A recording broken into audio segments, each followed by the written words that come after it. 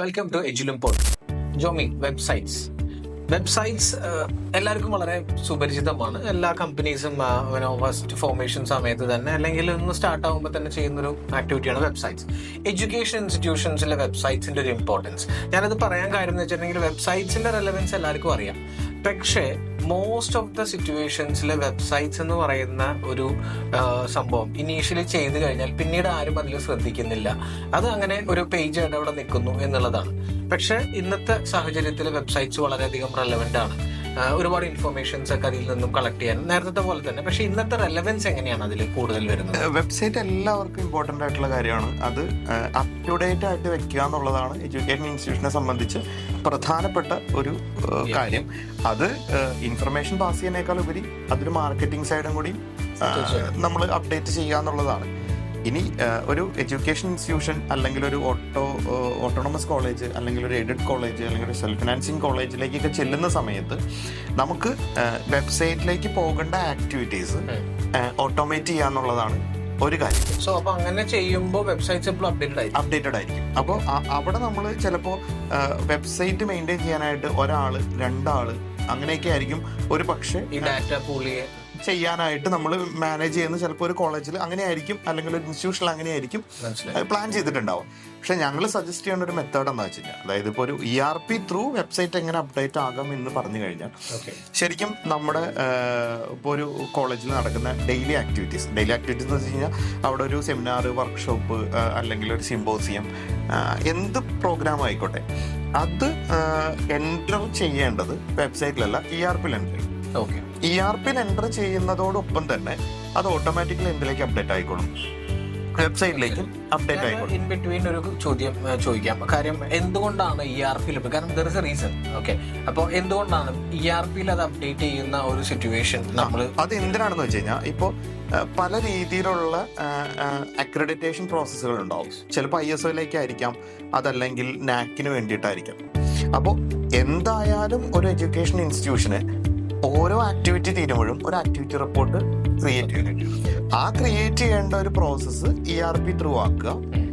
ആ ERP ത്രൂവിൽ create ചെയ്ത ഒരു ആക്ടിവിറ്റി റിപ്പോർട്ട് വെബ്സൈറ്റിലേക്ക് പുള്ള് ചെയ്യുക. ഓക്കെ, അപ്പൊ വെബ്സൈറ്റിലോട്ട് എന്തൊക്കെ ആക്ടിവിറ്റീസ് പോകണം എന്നുള്ളത് നമുക്ക് ഇവിടെ റെസ്ട്രിക്ട് ചെയ്ത് ചെയ്യാൻ പറ്റും. അത് നമുക്കൊരു സെക്കൻഡ് ലെവൽ വെരിഫിക്കേഷൻ വേണമെങ്കിൽ ചില ഇൻസ്റ്റിറ്റ്യൂഷൻസ് ചെയ്യാറുണ്ട്, ചില ഇൻസ്റ്റിറ്റ്യൂഷൻസ് ചെയ്യാറില്ല. അപ്പോൾ അങ്ങനെയും കൂടി നമുക്കൊരു ഓപ്ഷൻ അപ്രൂവൽ സിസ്റ്റം ഒക്കെ പോലെ തന്നെ ചെയ്യാൻ പറ്റും. അതായത് ഒരു ആരെങ്കിലും ഒരാൾ ഒതന്റിക്കേറ്റ് ചെയ്തു, ആ ഒരു ഡാറ്റ മാത്രമായിരിക്കും ഇതിലേക്ക് പൂൾ ചെയ്യുക, വെബ്സൈറ്റിലേക്ക് പുഷ് ചെയ്യുക. അപ്പോൾ ആ രീതിയിൽ നമുക്ക് അത് വർക്ക് ചെയ്യപ്പെടും. ഇനി അടുത്തൊരു കാര്യം നമ്മുടെ ഫാക്കൽറ്റി പ്രൊഫൈൽസ് പോലെയുള്ള കാര്യങ്ങൾ. അപ്പോൾ ഇപ്പോൾ നമ്മുടെ ഒരു ERP-ൽ ഒരു ഫാക്കൽറ്റി വന്ന് ജോയിൻ ആവുന്നു. ആ ഫാക്കൽറ്റി വന്ന് ജോയിൻ ആയി കഴിഞ്ഞാൽ ആ ഒരു ഡാറ്റ ഓട്ടോമാറ്റിക്കലി എങ്ങോട്ട് അപ്ഡേറ്റ് ആയിക്കോളും, വെബ്സൈറ്റിലോട്ട് അപ്ഡേറ്റ്. അതേപോലെ തന്നെ എക്സിറ്റ് പ്രോസസ്സ്. ഒരു എക്സിറ്റ് പ്രോസസ്സ് ആകുന്ന സമയത്ത് തന്നെ എന്ത് സംഭവിക്കും, വെബ്സൈറ്റിൽ നിന്ന് അത് ഓടും. അപ്പോൾ എന്താ കാര്യം ചെയ്യാം, അതൊരു ഓട്ടോമേഷൻ വർക്കൗട്ട് ചെയ്യാം. അപ്പോൾ നമുക്ക് എന്ത് ചെയ്യാൻ പറ്റും, ടൈം സേവ് ചെയ്യാൻ പറ്റുന്നുള്ള ഒന്നാമത്തെ കാര്യം. വെബ്സൈറ്റ് അപ് ടു ഡേറ്റ് ആയിട്ടായിരിക്കും. പിന്നെ അപ്പോഴാണ് അതിന് കംപ്ലീറ്റ്ലി ഡൈനാമിക് വെബ്സൈറ്റ് എന്നുള്ളൊരു കോൺസെപ്റ്റ് വരുന്നത്. ഇനി അടുത്തത് മാർക്കറ്റിംഗ് പാർട്ടാണ്. ഡെയിലി ഇങ്ങനെയുള്ള ആക്ടിവിറ്റീസ് ചെയ്യുമ്പോൾ സ്വാഭാവികമായിട്ടും SEO ആക്ടിവിറ്റീസും കുറച്ചും കൂടി ബെറ്റർ ആക്കാൻ പറ്റും. അവർക്ക് ആ രീതിയിലുള്ള കാര്യങ്ങൾ ഇംപ്രൂവൈസ് ചെയ്ത് നമുക്ക് മാർക്കറ്റിംഗ് ആക്ടിവിറ്റി നല്ല രീതിയിൽ കൊണ്ടുപോകാൻ പറ്റും. അതാണ് കാര്യം. ഇനി ഈ ആക്ടിവിറ്റി ചെയ്യുന്നതോടൊപ്പം തന്നെ ഈ വെബ്സൈറ്റിലേക്ക് പുഷ് ചെയ്യുക അല്ലെങ്കിൽ അങ്ങനെയുള്ള കാര്യങ്ങൾ മാത്രമല്ല, നമ്മുടെ ഒരു വർഷത്തിൽ അല്ലെങ്കിൽ ഒരു ബിറ്റ്വീൻ ടൈമിൽ എത്ര നാഷണൽ ഇന്റർനാഷണൽ ആക്ടിവിറ്റീസ് നടന്നിട്ടുണ്ട്, അല്ലെങ്കിൽ സെമിനാർ, സിമ്പോസിയം, വർക്ക്ഷോപ്പ്, അത് ഡിപ്പാർട്ട്മെന്റ് വൈസ് ആയിക്കോട്ടെ, ക്ലബ് ബോർഡ്സിലെ ആക്ടിവിറ്റീസ് ആയിക്കോട്ടെ, എങ്ങനെയാണത് നടന്നിരിക്കുന്നതെന്ന് നമുക്ക് ERP ത്രൂ അതിന്റെ ഡാറ്റ കൺസോളിഡേറ്റ് ചെയ്തെടുക്കാൻ പറ്റും. ഒപ്പം തന്നെ ഇതിന്റെ റിപ്പോർട്ട് എങ്ങോട്ടേക്കും പോയിട്ടുണ്ടോ, വെബ്സൈറ്റിലോട്ടും നമുക്ക് പോയിട്ടുണ്ടോ. സോ ബേസിക്കലി അങ്ങനെ ഒരു ERP വെബ്സൈറ്റും കൂടി ഇന്റഗ്രേറ്റ് ചെയ്യുമ്പോൾ പ്രത്യേകിച്ച് ആ ഒരു കോളേജിന്റെ ക്വാളിറ്റി എന്ന് പറയുന്നത് പബ്ലിക്കിന് വളരെ വിസിബിൾ ആയിരിക്കും, ഓൺ ടൈം വിസിബിൾ ആയിരിക്കും. അതിന്റെ കാര്യം വെച്ചാൽ ഇപ്പോൾ ഈ ERP ത്രൂ അപ്ഡേറ്റ് ചെയ്യുന്നതിന്റെ ഗുണം എന്താണെന്ന് വെച്ച് കഴിഞ്ഞാൽ, നേരത്തെ ഞാൻ പറഞ്ഞ പോലെ 1-2 പേരോ ആയിരിക്കില്ല ഈ അപ്ഡേഷന്റെ പാർട്ടാവുക. അപ്പോൾ നമ്മുടെ കോളേജിൽ ചിലപ്പോൾ നമ്മുടെ ക്ലബ്ബ് മാത്രമായിട്ട് ചിലപ്പോൾ ഒരു 15-20 ക്ലബ്ബുകൾ നമ്മുടെ ഉണ്ടാവും. ഡിപ്പാർട്ട്മെന്റും ചിലപ്പോൾ 10-15 ഡിപ്പാർട്ട്മെന്റ് ഉണ്ടാവും. ഇതിനൊക്കെ ഓരോ ഇൻചാർജുമാരും ഉണ്ടാവും. അപ്പോൾ ഏകദേശം ഒരു 40-50 വരുന്ന ഒരു ടീമായിരിക്കും എന്തിലേക്ക് പുഷ് ചെയ്യുന്നത്, ERP-യിൽ നിന്ന് വെബ്സൈറ്റിലോട്ട് പുഷ് ആവാം. അപ്പോൾ സ്വാഭാവികമായിട്ടും വെബ്സൈറ്റ് അത്രയും ലൈവ് ആയിരിക്കും. അപ്പൊ അത് കുറച്ചും കൂടി ബെറ്റർ ആക്കാൻ നമുക്ക് സഹായിക്കും. തീർച്ചയായിട്ടും.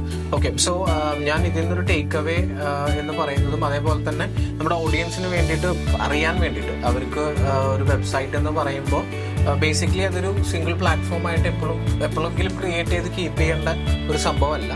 അത് എപ്പോഴും ലൈവായിട്ട് ഇരിക്കുമ്പോഴാണ് ആക്ച്വലി ആ വെബ്സൈറ്റ് എന്ന് പറയുന്നതിന്റെ 100% യൂട്ടിലൈസേഷൻ നടക്കുന്നത് എന്നുള്ളത്. അത് ഒരു ERP ഇന്റഗ്രേറ്റഡ് ആയി കഴിയുമ്പോൾ അതിലുള്ള ഒരു പ്രൊഡക്ടിവിറ്റി കൂടുതലായിരിക്കും. അതിനുവേണ്ടി സ്പെൻഡ് ചെയ്യുന്ന ടൈമും അതിനുവേണ്ടി സ്പെൻഡ് ചെയ്യുന്ന റിസോഴ്സസും വളരെ മിനിമൽ ആയിരിക്കും.